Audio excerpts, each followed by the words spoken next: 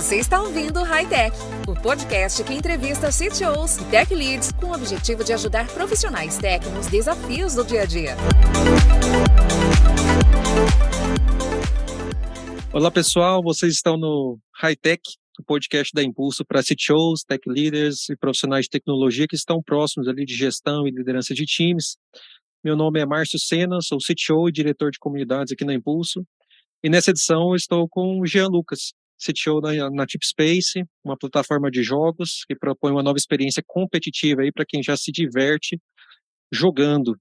Jean, obrigado mais uma vez aí por aceitar o convite. Queria saber, antes da gente começar aí, como você está? Cara, eu tô bem, tô um pouco lisonjeado de ter sido convidado, mas também tô um pouco ansioso aí, porque acho que esse é o primeiro podcast corporativo, assim, que eu participo, então vai ser uma experiência um pouquinho diferente aí. Antes você fala bem, né? Você fala bem, assim, você começou, você falou, nossa, que profissional, muito bacana, parece que é radialista já há 20 anos. Não, mas então, vai ser tranquilo. Não vai ser um radialista de 20 anos que vai conversar contigo, vai ser um parceiro mesmo. Acho que a nossa história, a nossa jornada, eu conheço ela um pouco, a sua um pouco, né? Você conhece bastante também, assim, um pouco da minha também. A gente, em vários desses momentos, acho que elas se tocaram ali, a gente esteve bem próximo. Eu acho que isso ajuda a gente ter uma conversa mais leve, mas trazendo conteúdo para quem está nos ouvindo, né? Então, acho que isso é bem bacana, e mesmo dentro do que você disse aí, num podcast corporativo aí, mas num papo mesmo. E eu queria ouvir aí um pouquinho, até para o pessoal conhecer um pouquinho mais de você, já, um pouquinho da sua trajetória, da sua jornada, e aí vale você falar tanto de questões profissionais ou questões pessoais, o que te levaram para a área, claro, você pode pular etapas aí, não fique muito confortável, é muito mais para a gente conhecer um pouquinho de onde você está falando, como você chegou a ser CTO na TipSpace. Bom, então vou começar lá do comecinho, assim. Quando eu tinha ali meus 16 anos, eu já estava começando a brincar ali com um pouquinho de HTML e CSS. Não sei porquê, mas, enfim, tinha um computador em casa, tinha um front page lá, comecei a brincar com isso. Talvez meu computador não rodasse os últimos jogos da época, talvez o CS 1.6, alguma coisa assim. Então eu comecei a brincar com isso e, eventualmente, em determinado momento, eu percebi que se eu fizesse um site de cobertura fotográfica de eventos, eu ia entrar de graça nas festas. E aí eu fui lá e fiz o site, foi mais ou menos isso. Tive que aprender a fazer HTML e CSS. A princípio o site era só HTML e CSS. Um dia conversando com um amigo, porque era um trabalho desumano ter que atualizar o site, que era só HTML e CSS toda vez que eu queria subir alguma foto. Eu conversei com um amigo que ele falou para eu aprender PHP. Ele fazia fóruns de jogos assim, então ele sabia um pouquinho de PHP também. E aí, ali começou a minha jornada, assim, né? Porque aí eu fui aprender PHP e aprendi um pouquinho, consegui fazer o site, consegui entrar em muitas festas de graça. Depois, posteriormente, eu entrei na Faculdade de Sistemas de Informação na UFG, que foi onde eu te conheci. E aí, de lá para cá, eu passei por algumas empresas. A gente trabalhou junto ali, acho que em 2012, 2013, em uma delas. Depois a gente trabalhou junto de novo, acho que em 2015, se eu não estou enganado.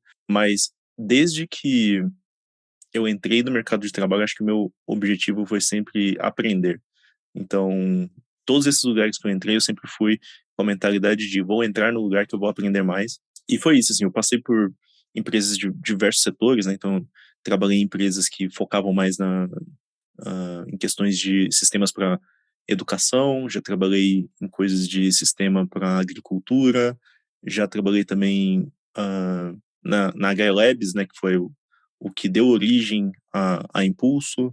Fiquei um pouquinho na Impulso também, então, mas acho que o modelo é mais um outsourcing, né, alguma coisa nesse sentido, ou era pelo menos. Depois fui trabalhar no ramo farmacêutico, mas o que me trouxe ao TipSpace, assim, além de todas essas experiências, né, inclusive na última empresa que eu estava trabalhando, que foi o Consulta Remédios, a gente, na verdade, eu me tornei tech lead lá, né, com um pouquinho de tempo de empresa eu acabei me tornando tech lead, e aí isso me trouxe uma visão gerencial muito mais ampla, assim, não só gerencial como de gestão de pessoas e de trade-offs que a gente tem que fazer na hora que a gente está planejando uma funcionalidade nova ou planejando qualquer coisa que seja, assim, a gente tem que pensar de uma forma mais ampla. Então, essa última experiência ali foi bem marcante, mas acho que o que me trouxe para Deep Space mesmo foi eu ser gamer, porque desde que eu me lembre, eu sempre joguei alguma coisa,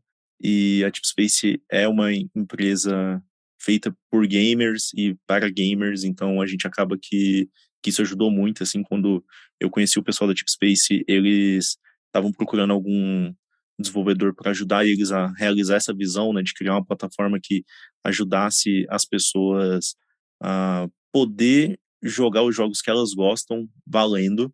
Na época estava tendo um boom das criptomoedas ali, dos criptogames, Web3, e eles perceberam que a maior parte dos jogos Web3 não eram divertidos, mas que se as pessoas conseguissem jogar valendo ou ganhar dinheiro nos jogos que elas já jogam no dia a dia, nos jogos que elas gostam, aquilo provavelmente poderia dar certo. Eu conheci eles mais ou menos nessa época, por causa que em algum momento, nos últimos 2 anos aí, eu criei um time de esportes de um jogo chamado Teamfight Tactics, e por causa desse time eu acabei conhecendo o pessoal lá, e quando eles falaram, ok, vamos montar essa empresa, eles lembraram de mim, a gente conversou, eu estava mexendo na época com algumas coisas de cripto também, eu tinha conseguido fazer um bot que ficava comprando e vendendo NFTs para mim, e isso estava me dando um dinheiro legal, tanto é que eu saí da empresa que eu estava anteriormente só por causa desse bot, e foi isso, assim, acho que eles estavam olhando um pouquinho para o mercado de cripto, para o mercado de jogos, para alguém que tinha uma experiência de tech lead, ou de gestão, de liderança e de desenvolvimento, e meio que Massa, as coisas se encaixaram e eu tô aqui agora, né? massa, massa. E eu acho que eu lembro de bastante coisa que você falou, e eu acho que as pessoas, com esse resumo que você deu, acho que as pessoas conseguem ter um entendimento do seu perfil mesmo. Eu lembro muito da sua inquietude, assim, por desafios mesmo, por crescimento profissional, assim, por aprender. E eu acho que um dos pontos que sempre me destacaram, acho que nas experiências que a gente teve junto, e por várias outras trocas que a gente já, partilha de conhecimento que a gente já teve, assim, de algum produto específico seu e tudo mais, eu falando sobre os desafios da vida mesmo. Acho que eu sempre admirei muito sua capacidade de aprender rápido alguma coisa, assim. Pelo menos, assim, acho que, me corrija aí, mas você tem uma capacidade, assim, de você ler alguma coisa que você nunca ouviu falar, e em poucos, você lê poucos links ali, você consegue ter uma propriedade relevante pelo tempo que você foi exposto àquele conteúdo ali. Isso sempre me chamou muita atenção. E massa entender que eu acho que o seu antigo job aí, ele contribuiu bastante, me corrija aí também, para essa posição de liderança também, né? Com certeza. Para que, Eu, para que hoje você tivesse como CTO. eu acho que se eu não tivesse passado por essa experiência, eu não ia estar preparado para estar exercendo o papel que eu exerço hoje, assim, porque acaba que como CTO de uma startup, a gente tem que vestir muitos chapéus, a gente faz muita coisa ao mesmo tempo. Algumas coisas eu não conseguiria fazer tão bem se eu não tivesse passado por isso, assim. Não que eu seja o melhor do mundo, assim, tem muita coisa para melhorar ainda, mas com certeza Sim. essa experiência ali de 2 anos e pouco foi bem relevante, assim, está sendo bem relevante. Assim, sobre aprender rápido, eu não sei, cara. Eu acho que, talvez, eu acho que tem uma coisa específica, assim, que eu acho que faz muita diferença no meu caso, que é eu não tenho medo de errar.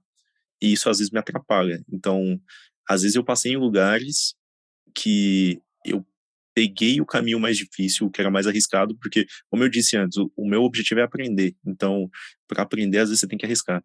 E aí, às vezes, isso dá errado, e às vezes não dá certo. Então, na própria Deep Space, ela funcionar foi um risco, porque a gente foi por um caminho que ninguém tinha tentado ir ainda, e que hoje tem se mostrado que foi um acerto muito grande. Provavelmente, se a gente tivesse feito o caminho que os nossos concorrentes tomaram, talvez a gente não tivesse a relevância que a gente tem no pouco tempo que a gente existe, assim, mas foi um risco, podia ter dado errado. Felizmente não foi o caso dessa vez, mas em outras ocasiões pode ter certeza assim que eu errei bastante. E pensando aí, você já falou aí de alguns desafios, algumas escolhas que vocês fizeram. Qual que tem sido o seu maior desafio técnico aí, principalmente nos últimos meses aí? A gente estava conversando antes, eu tinha te falado, putz, eu vi vocês que alcançaram 100 mil partidas, e aí você falou, Márcio, nós já alcançamos 1 milhão, assim, e foi no, né, e eu vi isso agora em dezembro, nessa notícia, salvo engano, e ela já veio atualizada aí em 10 vezes, pelo menos. Mas qual que tem sido esse maior desafio, até em todo esse envolvimento aí nesses últimos meses? Cara, eu acho que nessa transição aí de 100 mil para 1 milhão, talvez minha resposta ia ser escalar a aplicação de uma forma simples para ela não cair, porque ela caiu algumas vezes ali. Mas no final das contas eram coisas simples, então eu acho que era mais uma questão de entender ali melhor o que a gente estava fazendo. A gente tinha um cronograma, né, de crescimento, e esse cronograma foi completamente destruído pela velocidade que a gente cresceu. Então, E quando enfim, você diz destruído, vocês despriorizaram coisas que não eram tão importantes para priorizar coisas que eram importantes para sim, atender a demanda, né, de 1 milhão, exatamente, por exemplo. exatamente. Quando cresceu muito rápido, teve um dia que um streamer muito famoso de League of Legends começou a streamar sobre o Deep Space, ele jogando Deep Space, e ele é muito grande, assim, ele tinha, se eu não me engano, tinha 16 mil pessoas assistindo ele no dia. O nosso servidor, nossa aplicação, ela foi feita para ela não cair, mas ela não foi feita para não ficar lenta. Então ela ficou muito lenta, assim, ela ficava, às vezes ela levava mais de 1 hora para processar cada partida, e pra gente resolver, não teve jeito, assim, a gente foi postergando, mas eventualmente a gente teve que tirar tudo do ar depois de uns 3 dias, corrigir todos os problemas, aí ficou acho que umas 6 horas fora do ar, e depois a gente voltou de novo, a gente fez isso de madrugada, mas ainda assim a gente precisou fazer. E aí melhorou bastante, mas ainda não resolveu. Depois, eventualmente, a gente percebeu que tinha 2 consultas ali que estavam faltando uns índices no banco de dados e era isso que estava matando a performance da aplicação. Então, no final das contas, como eu disse, eram coisas simples. Assim, a gente fez diversas otimizações, mas essas 2 coisinhas teriam resolvido o problema, ou pelo menos teria mitigado boa parte do problema antes, sabe? Se eu for pensar assim no maior desafio que a gente tem mesmo, e isso desde o começo, assim, desde quando a gente começou, e a gente começou a pensar a TipSpace em março do ano passado, então tá fazendo 1 ano agora, né? Entre março e abril vai fazer 1 ano. Com certeza é a parte de integração com os jogos. Hoje a gente integra só com League of Legends, mas a ideia é que no futuro a gente integre com o Teamfight Tactics, com o CSGO, Valorant, e com vários outros jogos aí que a gente conseguir. E por que é difícil, assim? Porque a gente faz uma integração direto no computador das pessoas, a gente tenta fazer isso de uma forma que pareça nativa e que ela pareça da forma mais fluida possível. E só que esses jogos eles não foram feitos para esse tipo de integração. Alguns deles até têm algumas APIs web para a gente usar e fazer integrações de servidor com servidor, mas aqui a gente está falando de uma integração direta no computador das pessoas. E para a gente fazer isso, a gente tem que fazer engenharia reversa de como esses jogos funcionam. E aí tem camadas de engenharia reversa, né? Tem aquelas coisas que são mais simples, que talvez, por exemplo, alguns jogos até forneçam alguma coisa para te ajudar a direcionar, ó, dá para fazer isso, dá para fazer aquilo, e tem coisas mais complexas, como fazer leitura em memória do que está acontecendo, por exemplo. Então, esses são desafios que eu, como desenvolvedor web, que boa parte da minha carreira foi focada em front-end, eu nunca tive que me preocupar na vida. Mas, a partir do momento que eu descobri que dava para fazer isso, e que a gente começou a TipSpace, as coisas deram certo. E essa foi a decisão arriscada que eu falei lá atrás. Fazer essa integração de uma forma nativa no computador das pessoas era um risco. A gente não sabia se ia funcionar bem, se a gente ia conseguir manter essa integração por algum tempo funcionando, porque podia ser que ela não fosse estável, porque a própria desenvolvedora dos jogos não dá suporte para isso. Então a gente teve que dar nosso jeito aqui. Esse foi o risco que a gente tomou lá atrás, mas que no final das contas deu muito certo, porque a opção que a gente tinha, a alternativa, era fazer tudo através de um website, né, através de um portal, de uma plataforma web e Sim. tal. E isso iria oferecer uma experiência pior para os nossos usuários. Então, foi um risco, mas que se pagou bastante hoje. E acho que esse é o nosso maior desafio também. Hoje a gente consegue entender bem como o League of Legends funciona, a gente entende bem as limitações dele, e a gente está começando a dar um próximo passo com relação a como a gente extrai essas informações dele, como que a gente processa essas informações, que aí já estamos tentando fazer coisas de engenharia reversa um pouquinho mais avançadas, mas para cada jogo, esse desafio vai voltar, né? Então, sempre que a gente for integrar com alguma coisa nova, vamos integrar com o CSGO agora, vamos ter que entender como que ele funciona e tudo mais. Pode ser que ter jogos mais simples, mas vão ter outros que vão ser um pouquinho mais chatinhos também. E as atualizações desses jogos, especificamente, elas, como qualquer outro produto aí de software, qualquer outro produto digital, ele oferece uma necessidade de reajustar totalmente essas integrações, você acredita, pela sua experiência aí nessa primeira integração aí, nessas primeiras? Vai variar dependendo da integração e do jogo. Vai variar dependendo da integração e do jogo. Hoje, no nível que a gente tem com League of Legends, a gente não precisa de atualizar sempre, tá? Na verdade, a gente nunca precisou atualizar a integração, a gente só foi melhorando ela porque a gente foi entendendo melhor como que funcionava. Mas pode ser que quando a gente começar a fazer coisas, e aí aqui são coisas que o jogo não oferece APIs para isso, porque o League of Legends ainda oferece umas APIs que não são documentadas, que rodam no computador de todo mundo, que dá pra gente usar.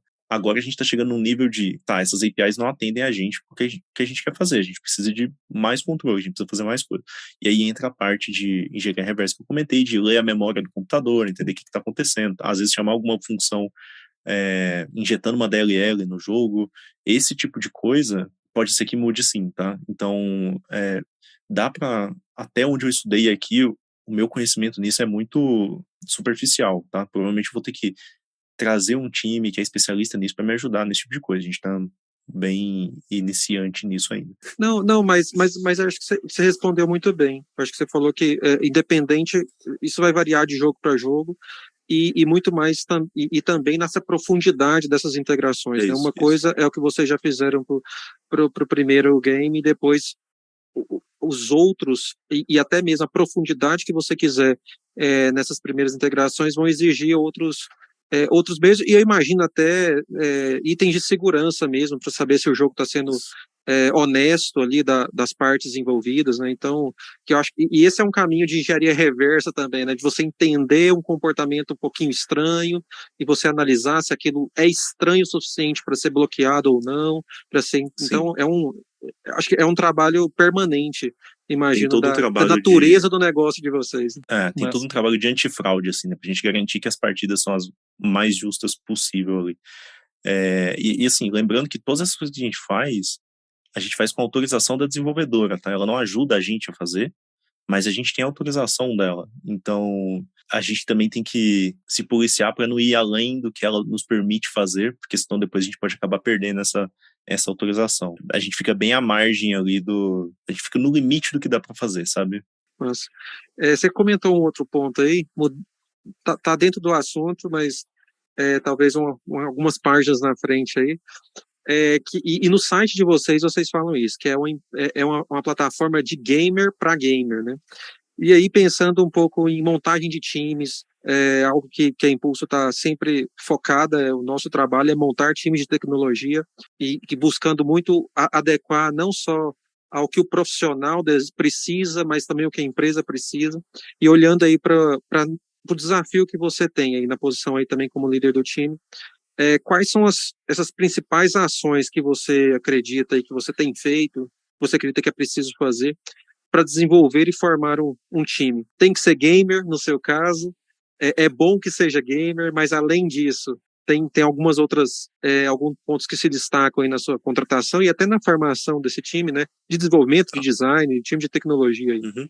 Bom, assim, a gente prefere gamers, porque eles normalmente têm muito a somar quando a gente está falando do produto, assim. Então, se você é um gamer e você está construindo uma coisa para outros gamers, não vai ser só o nosso time de produto que vai conseguir opinar se a gente está indo pelo melhor caminho ou não. A empresa toda vai conseguir ajudar nesse processo. Então, acho que esse é o principal motivo, assim, de a gente preferir gamers. Mas com relação ao time, eu acho que tem vários perfis, assim, que a gente acaba buscando, né? Às vezes a gente está buscando uma pessoa mais experiente, uma pessoa que já vem formada de mercado, uma pessoa que passou por muitas coisas, assim, e já está mais lapidada, vamos dizer assim, sabe? Ela vem para ajudar a gente, inclusive, a guiar e auxiliar outras pessoas dentro do time. Então, essas pessoas, elas são um pouquinho difíceis de encontrar, mas eu acho que elas são muito importantes, assim. E, assim, é óbvio, né? Além dela ser gamer, ela tem que conseguir ter uma boa comunicação, ela tem que conseguir ser autônoma, ela tem que conseguir ajudar as outras pessoas do time, tem que ser excepcional tecnicamente. Então tem algumas características aí que a gente busca, né? Mas também tem aquelas pessoas que não necessariamente elas têm uma longa jornada no mundo. Eu ia falar do desenvolvimento, né? Mas tem pessoas de design também, né, envolvidas aí, né? Então não necessariamente elas têm uma longa carreira, mas elas têm que ter muito potencial, assim. E, bom, se comunicar bem é importante também, mas acho que o principal que a gente busca quando a gente está indo atrás é pessoas com um potencial muito grande. E uma coisa que tem nos ajudado bastante é que a stack que a gente escolheu foi TypeScript, né? Então a gente usa TypeScript tanto no front quanto no back-end, então o pessoal consegue usar TypeScript em tudo e consegue. A gente não tem desenvolvedor front-end ou back-end, nós temos desenvolvedores muito bons. Então o pessoal consegue transitar entre as duas áreas. O pessoal também se ajuda bastante aqui, né? Tem um fator de colaboração bem grande. Eu acho que é isso, assim, acho que de modo geral é isso. A gente deu um pouco de sorte com essa questão de usar. Na verdade, eu não vou dizer sorte, tá? Porque acho que foi uma escolha consciente. Quando a gente começou, eu falei, cara, vamos usar TypeScript, que vai ser mais fácil de contratar. Tem um monte de escola formando gente aí que mexe com isso e tal. Eu tinha acabado, minha experiência anterior, a gente trabalhava com. No front-end, a gente trabalhava com Vue.js e no back-end com Ruby on Rails. E o Ruby tinha um problema que era muito difícil de contratar, assim. Era uma tecnologia, né, que pagava muito bem, mas em compensação para uma empresa nacional era muito difícil competir com empresas de fora do Brasil.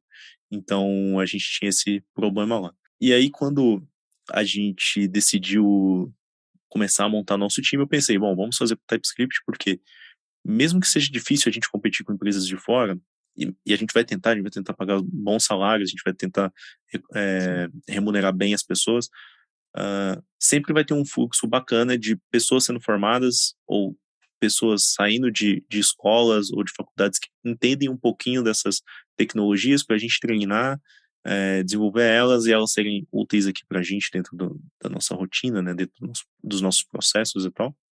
Então, é isso, assim, eu acho que talvez a sorte que eu queria me referir lá no começo era mais ligado que talvez atualmente muitas escolas decidiram focar nessa stack, né, que é JavaScript, Sim. TypeScript, Node.js, E muito por, acho, React. e eu acredito muito por essa versatilidade, né, que o TypeScript, que o JavaScript proporciona, né, que você está no mobile, se você está no front-end, você está no back-end, e aí a pessoa que muitas vezes inicia, ela não sabe o que é front-end, o que é back-end, né, então ela, beleza, você vai aprender essa linguagem aqui, e até mesmo essa biblioteca, ou esse framework, o que for, e aí depois, durante o caminho, ela pode até escolher para um outro caminho e ela vai conseguir reaproveitar bastante coisa ali daquela linguagem. Então, acho que isso proporciona, acho que é isso. E eu tenho tido várias conversas com tech leads também, fora né, do podcast aqui,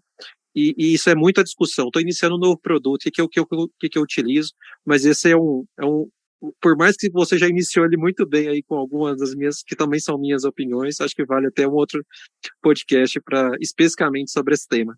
Mas bem massa, Jean, bem massa. Acho que essas variáveis que você colocou de bons profissionais aí, de você, e que você citou que é uma sorte, mas na verdade não, acho que acho que é a competência de vocês que estão ali a partir de uma jornada, né, de experiência que vocês têm, de optar por uma tecnologia, optar por algumas variáveis, então isso é bem bacana.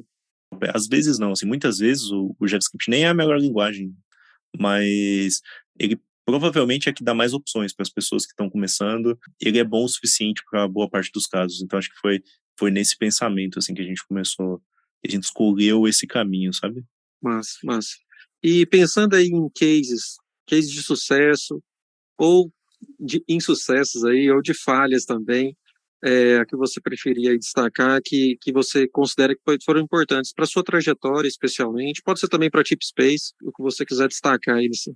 Vou citar dois, tá? Um da empresa anterior, Consta Remédios, e um agora da TipSpace, assim. Primeiro da Consta Remédios, assim, quando eu entrei lá, eu entrei como desenvolvedor sênior, front-end sênior, e com acho que 9 meses de empresa eu acabei me tornando o tech lead de front-end. Desde o princípio, acho que a minha ideia, assim, minha visão de liderança era de servir as pessoas que eu estava liderando, né, as pessoas do meu time.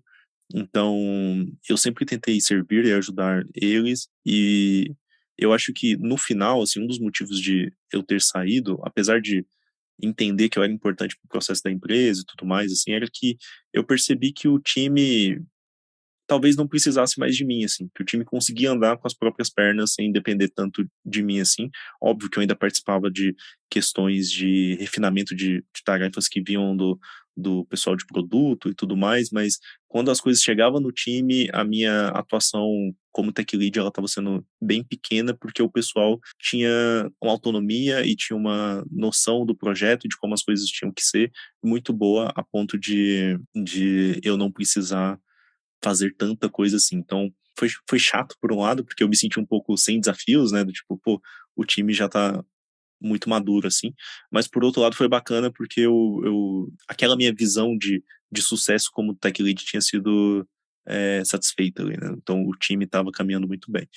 E tanto é que eu trouxe essas pessoas que trabalharam comigo para lá para trabalhar comigo aqui na Deep Space, né? Então eu trouxe 3 das pessoas que trabalhavam comigo lá, 2 eu trouxe direto de lá, uma tinha saído de lá 6, 7 meses antes de vir para cá.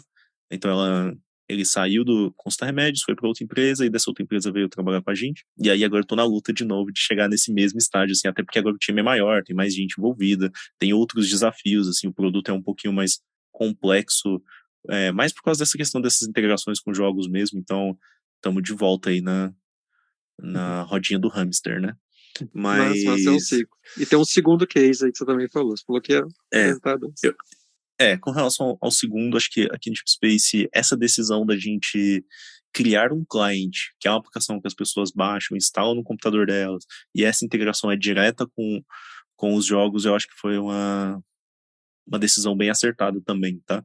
Eu acho que talvez de todas as decisões que a gente tomou aqui na Deep Space, essa foi a mais acertada, porque ela permitiu a gente entregar uma experiência do usuário sensacional, assim, acima do que os nossos concorrentes conseguiam, e eu acho que isso que faz a maior diferença, assim.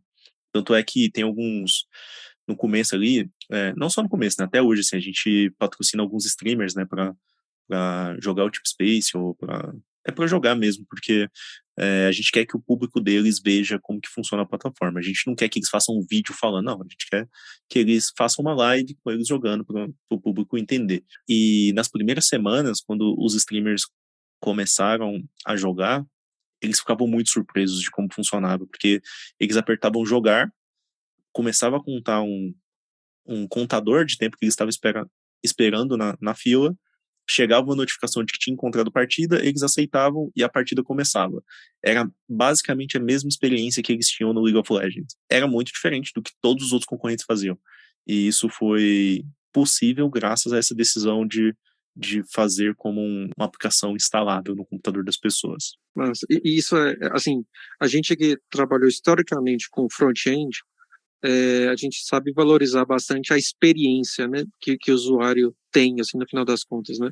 A gente trabalhou, acho que até num projeto aqui juntos, também, que eu lembro muito bem, assim, a gente fez uma landing page fantástica 6, 7 anos atrás aí, mas ela performava melhor quando ela tinha um botão de uma cor, assim, nada a ver, assim, mas ela performava melhor porque por várias técnicas de teste AB ali que foi feito. Eu acho que você estava envolvido nesse projeto também. E eu acho que isso é importante. A experiência que o usuário tem, ela impacta muito no negócio, né? Muitas vezes, no uso ou não, por mais ser rápido é mega importante, é parte da experiência, a performance como um todo, mas também essa facilidade ali de como ele é transparente, né? Eu imagino aí Sim, sim, sim. a plataforma de vocês para o jogo. No final ele quer jogar, é isso que ele quer, ele pode competir, né? E não ganha um arcabouço de outras coisas que ele tem que fazer para ele conseguir É muito mais competir. simples. Massa, Exato. massa. Essa landing page que você comentou, inclusive, eu sei exatamente qual que você estava falando, e para você ver como eu sou uma pessoa que toma riscos, né? Porque fui eu que comecei esse projeto dessa landing page, eu que comecei a criar ele lá, e aí depois acho que você se juntou e fez outras coisas ali, e a gente usou o Next.js nesse projeto.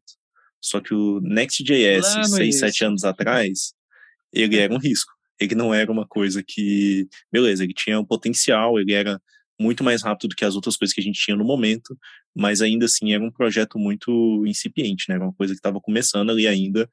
Acabou que deu muito certo, não só essas landing pages que a gente fez, né, esse projeto que a gente fez como o próprio framework, mas de modo geral, acho que sempre volta um pouquinho para esses riscos que eu estou disposto a tomar, assim, acho que às vezes é importante tomar alguns riscos. E para a gente fechar assim, agora, já, quais são as dicas aí que você daria para outras pessoas que estão na mesma posição que você, ou que estão chegando na mesma posição que você, que tem alguma coisa, seja de leitura, ou seja de prática, de processo, que você fala, putz, eu acho que isso aqui é mega importante para eu compartilhar, isso aqui fez diferença para mim, ou eu queria ter visto isso antes, eu queria ter conhecido isso antes, ou algum processo mesmo, que você fala, acho que assim, isso faz diferença para mim. Na verdade, cara, como a rotina de uma startup ela é um pouquinho maluca, eu ainda visto muitos chapéus, assim, então acaba que eu ainda coloco muito a mão no código, eu ainda acompanho muitas questões de produto mesmo, direcionamento, como que a gente está fazendo, por que a gente está fazendo e tal. Eu posso citar duas coisas que não necessariamente tem a ver só com tech leads, CTOs, acho que vale para todo mundo, assim. A primeira é conseguir ter referências, assim, referências diversas, assim, você ter muitas experiências para você conseguir construir alguma coisa bem legal, bem bacana. Às vezes a referência pode vir dos lugares que você não espera, assim, ó. Então é repertório, né? Você tem um repertório bacana, assim, acho que essa é a primeira coisa. E a segunda coisa, acho que é conversar com outras pessoas que estão passando por coisas parecidas ou que podem te ajudar de alguma forma. Às vezes, conseguir um mentor. Eu acho que depois que a gente, aqui da Tip Space, começou a buscar mentores para nos ajudar a tomar algumas decisões, eles começaram a questionar algumas coisas que antes a gente só ia fazendo, assim, e por muitas vezes a gente não se questionava no porquê que a gente estava fazendo, e quando você leva aquilo para outra pessoa, ela fala assim, não, mas por quê? Aí você responde, ela vai meter um outro porquê, e aí você vai começar a refletir melhor sobre as decisões que você está tomando, assim. Então, acho que não tem a ver com o processo, acho que tem mais a ver com talvez uma formação profissional, assim, de você conseguir lidar melhor com as coisas, e isso vale para todo mundo. Acho que não é só para CTOs, tech leads, acho que isso pode valer para quem está no começo da carreira, para quem está com 30 anos de experiência, eu acho que isso vai fazer bastante diferença no final das contas. Perfeito. Não ter essa troca, e especialmente com pessoas que passaram por experiências semelhantes, mesmo que sejam em áreas diferentes, mas acho que isso nos ajuda a ter referências, até para a gente ganhar, acho que até para ajudar com o primeiro item que você diz, de ter um arcabouço ali maior de ferramentas ali, ou de para você, nem tudo se resolve da mesma forma, né? Às vezes os mesmos problemas a gente tem 3, 4 formas diferentes para resolver, e a gente tem escolhas, não necessariamente uma é certa ou outra errada. Eu acho que ter uma mentoria, ter parceiros, assim, acho que passaram por isso. Eu sinto muito isso, eu não abro mão de ter pessoas que, perto de mim, que sejam experientes e que já passaram por onde eu estou, para contribuírem com o que eu estou passando naquele momento, né? Até para eu posso simplesmente falar assim, que massa que você fez isso, eu quero testar isso aqui, é uma forma até diferente do que você me falou, mas com base em referências que você tem. Você tem âncoras ali que você pode ter minimamente referências para te ajudar. Então, massa demais. Eu acho que ser questionado faz parte, assim, às vezes as pessoas vão questionar e cabe a você avaliar se faz sentido que você está sendo questionado ou não e tomar a decisão que você acha melhor, assim. Lembrando que, assim, às vezes a decisão que você vai tomar daqui 3 anos, para quem estiver olhando de fora, talvez ela não vai parecer que foi a certa, mas tem toda uma questão de contexto e a gente sempre vai tomar as melhores decisões dado as informações que a gente tem, dado o contexto que a gente tem no momento, né? Então, eu acho que é isso, assim, acho que é importante conversar com outras pessoas para te ajudar a tomar as melhores decisões, mas também não ficar muito preso, assim, será que aquela decisão foi a melhor ou não? Tipo, ela foi a melhor que você podia tomar. Naquele momento, naquele contexto, naquela situação ali. Então, acho que você só tem que ter certeza de que era a melhor decisão. Se você tá na dúvida se é a melhor decisão, aí acho que tem um problema.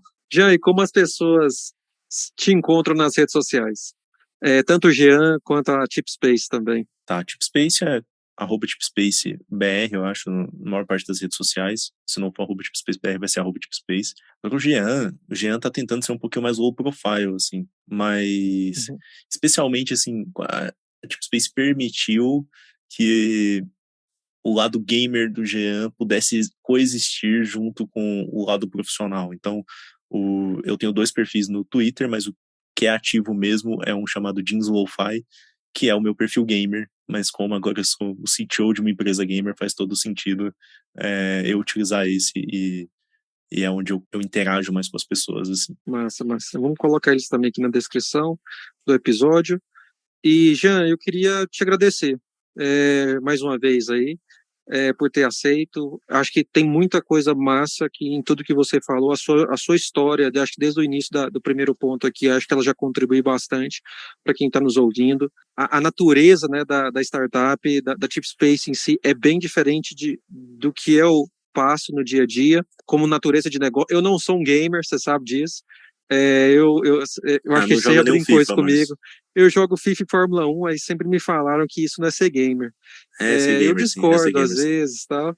Então, mas assim, é rico, da mesma forma, saber que mesmo com naturezas de negócio tão diferentes, mas existem vários desafios comuns, existem várias formas de solucionar problemas, inclusive diferentes, por caminhos semelhantes. Então, com certeza, isso vai contribuiu não só para mim, mas para quem está nos ouvindo também. Se você não tiver nenhuma consideração final aí, tem algum ponto que você queira destacar para a gente finalizar? Eu só queria agradecer mesmo, acho que foi bem legal, assim, acho que foi diferente participar aqui, mas foi bacana. Compartilhar as experiências é sempre muito legal, assim, e eu sempre gosto muito de conversar com você também.